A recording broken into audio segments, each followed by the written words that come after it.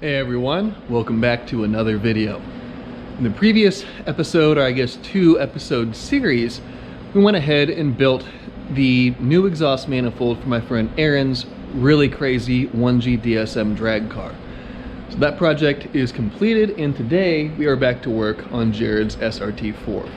So where we left off with this car is I finished the header, and now it's time to mount the intercooler and the radiator, I guess, for that matter. So in my pocket right here, I have these, which are M8 125 threaded mounting bosses. And what we're going to do is take probably 4 of these and use those 4 to mount the intercooler. And then from there, I'll probably mount the radiator to the intercooler, and everything will work harmoniously or I guess that way. So this shouldn't be that bad of a project to knock out, but there's a couple of considerations that I need to take into account in mounting this up. So I guess without further ado, I think I'll have to pull the bumper to do this. Yeah, without further ado, let me go ahead and pull the bumper off and we can get started from there.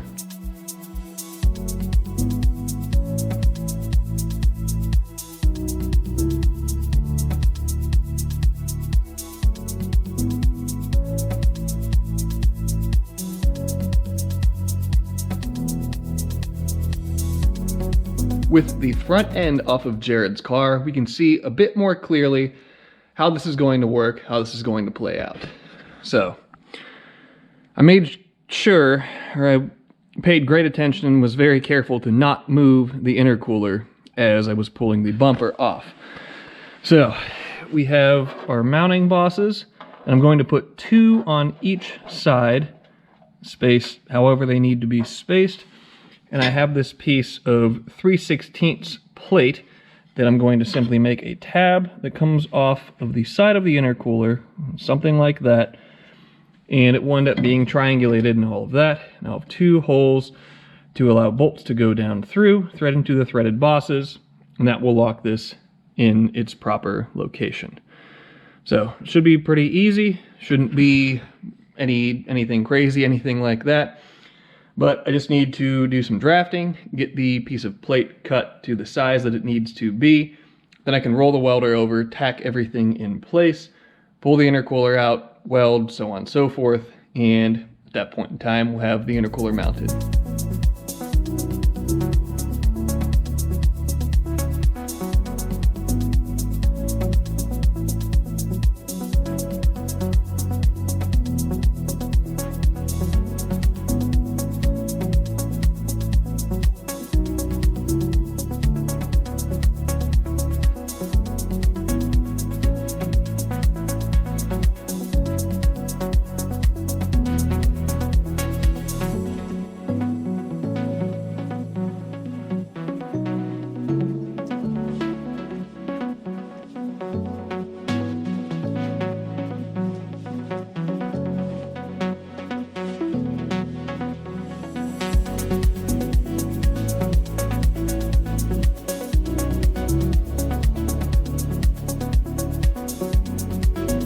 The intercooler mounting tabs are tacked in place, as well as the mounting bosses.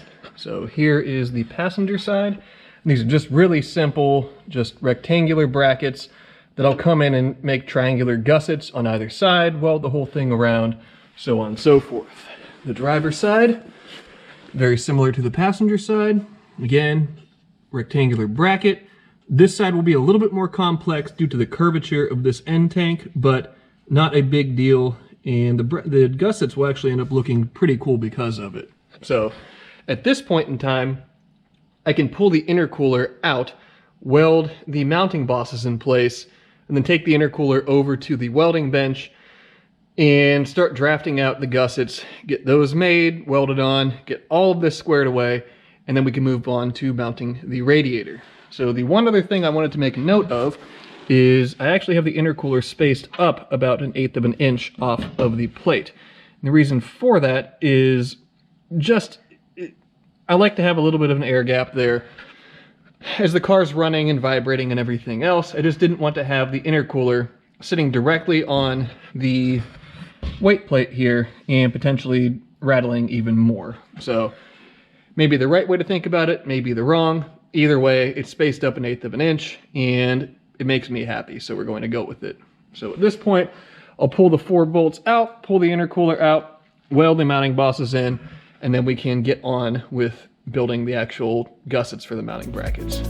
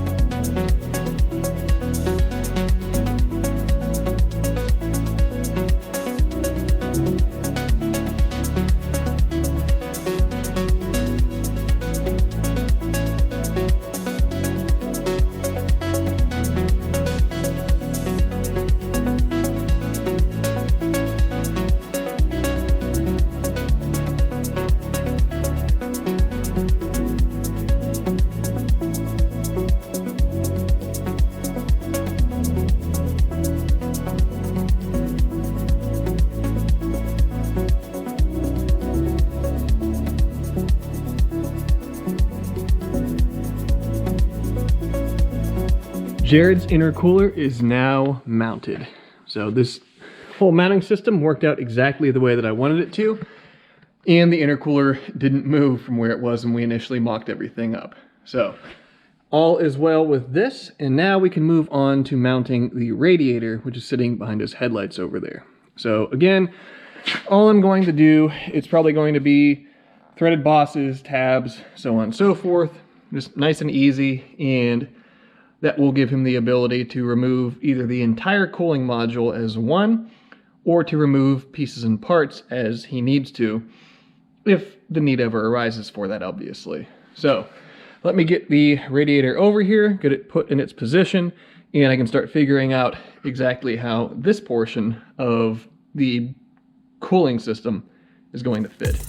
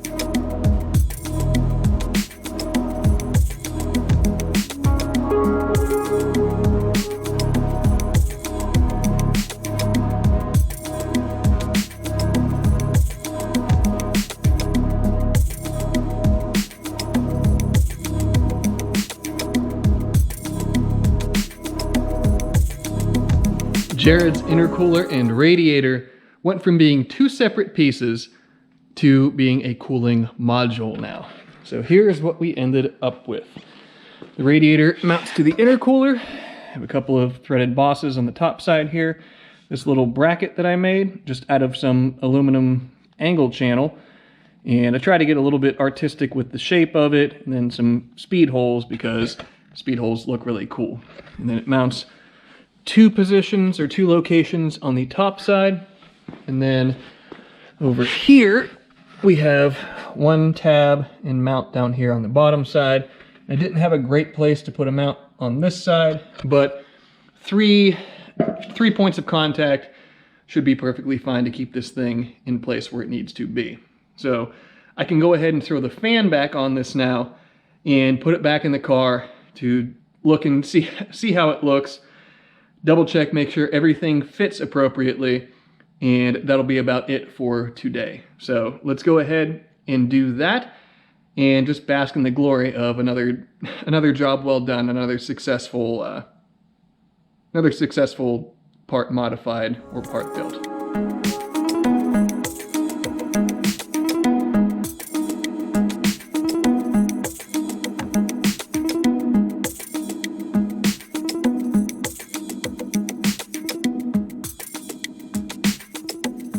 Here is the end result of today's work. So I already showed you guys the lower mounts, and obviously just showed you guys the radiator mounts, but here's what everything looks like inside the car, and I'm very, very happy with the outcome of this. So the next thing to do will be to modify the intercooler inlet and the intercooler outlet.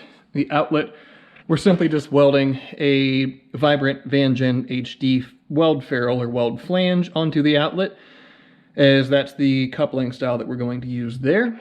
But the inlet is where things will get a little bit tricky, as we're going to convert this from this, I guess it's kind of beat up and bent, but from just a regular bead rolled tube stub to the actual compressor outlet flange. So the turbo will be a direct mount to the intercooler, and that will keep everything happy. There'll be less connections that way, and it's just the right way to build a setup like this. So that will be tomorrow. The day is over with, or the day is over today at this point here in the shop. So I'll catch you guys then. We will get rocking on this, on the intercooler inlet and outlet. And before long, it'll be time for some other work and some really cool stuff that's upcoming for this car. Today, we are going to continue working on Jared's, I guess, intercooler at this point.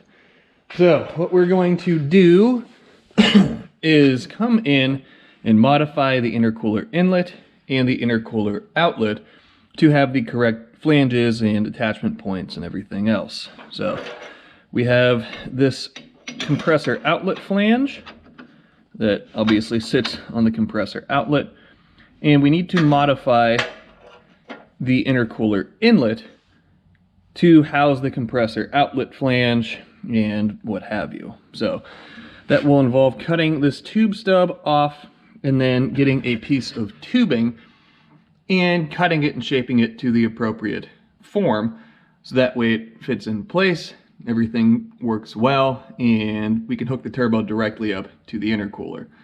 The outlet, pretty easy, pretty self-explanatory. We're just welding a flange on it to allow a Vibrant Vangen HD assembly to be used as the coupling method for the intercooler outlet and the actual cold side intercooler tube. So before I drone on about how we're going to do this, let's go ahead and get to it and see let's see what we can come up with.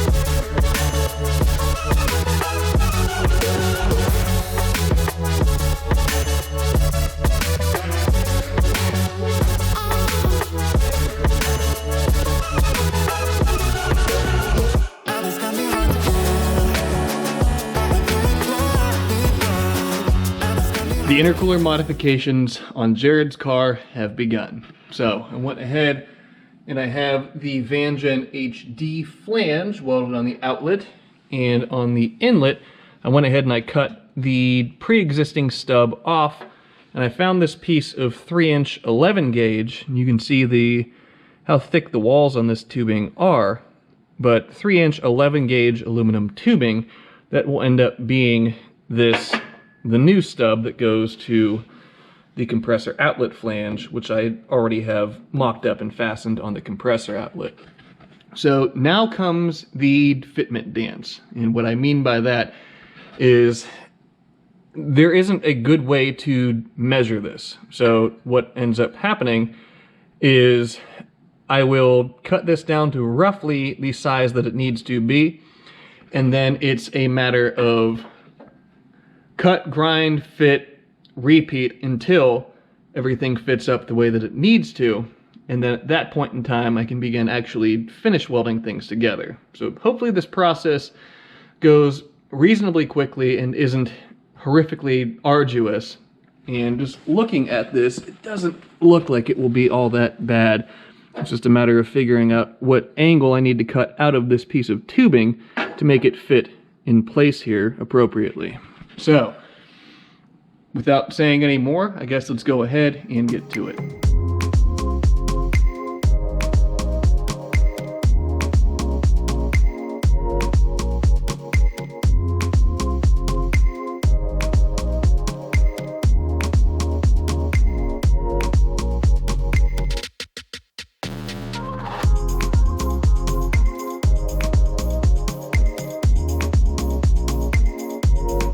A bit of cutting, grinding, and fitting later, and we have the intercooler inlet on Jared's car, at least fabricated and ready to tack into place.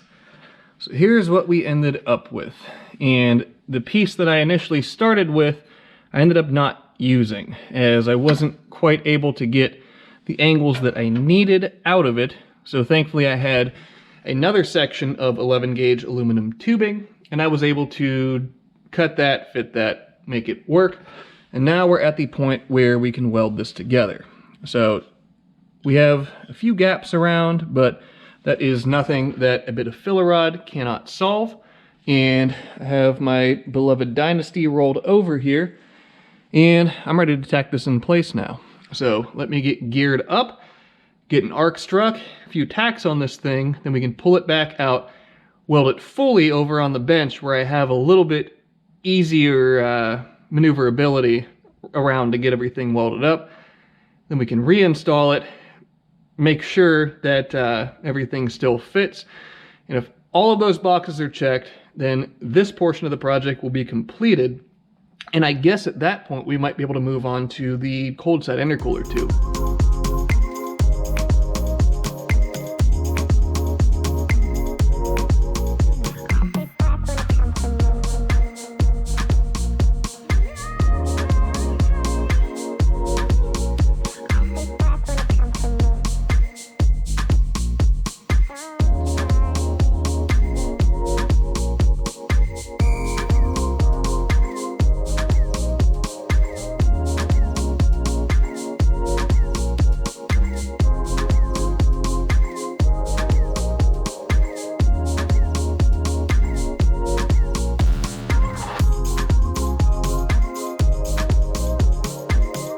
That was the final install of Jared's cooling module. So here is what the finished product looks like. So you guys have seen everything aside from the modified intercooler inlet, and this came out pretty nicely. I'm very happy with it. So everything fits together well, everything packages nicely, it's very easy to work on.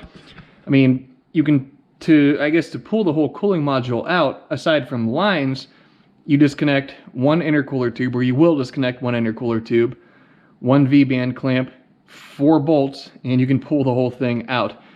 And makes it really easy if and whenever Jared needs to do that.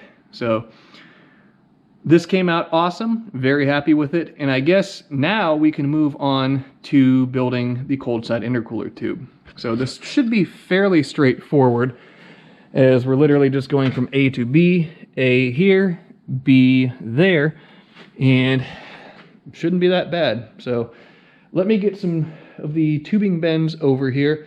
I can start cutting, fitting, so on and so forth, and before too long, we'll have an intercooler tube, or a cold side intercooler tube for this thing, and then at that point in time, all of the aluminum work should be done.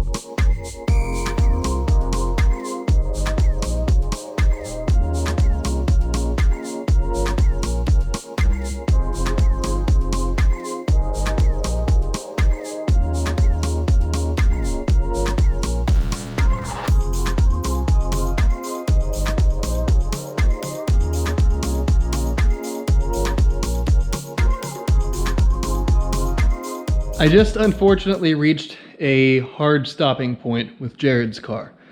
So we're building a 3.5-inch cold side intercooler tube. And obviously we're 3.5-inch down here on the intercooler outlet, 3.5-inch tubing.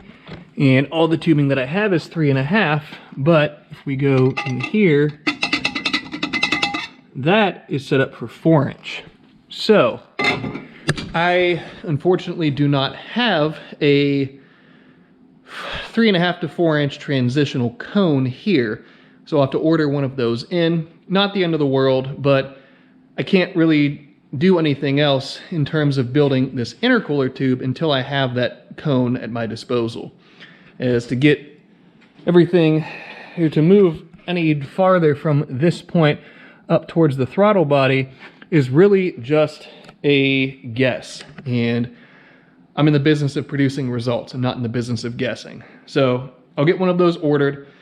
And when it arrives, then I can go ahead, proceed with the intercooler tube, get that knocked out. And it really won't take much time at all to get that portion of it knocked out.